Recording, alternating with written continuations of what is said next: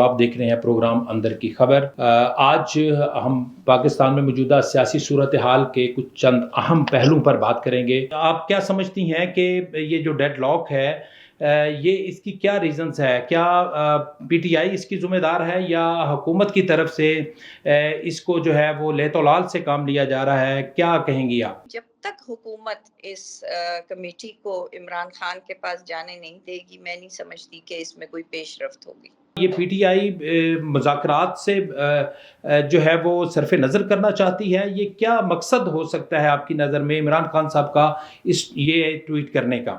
جی دیکھیے، پہلی بات یہ ہے کہ میں وہ شاید پہلا شخص تھا جس نے یہ کہا تھا کہ یہ مذاکرات نہیں بلکہ مذاکرات ہیں۔ سب سے پہلے زبان بندی جو ہے وہ ایک شرط ہے۔ دوسری بات اس کے اندر ہے کہ آپ اپنے جو کیے ہوئے ہیں، ظاہر ہے آپ یہ کہیں کہ کوئی بھی شخص جو ہے وہ بالکل دودھ سے دھلا ہوا ہے تو میرا خیال ہے کہ یہ ذرا غلط ہوگا۔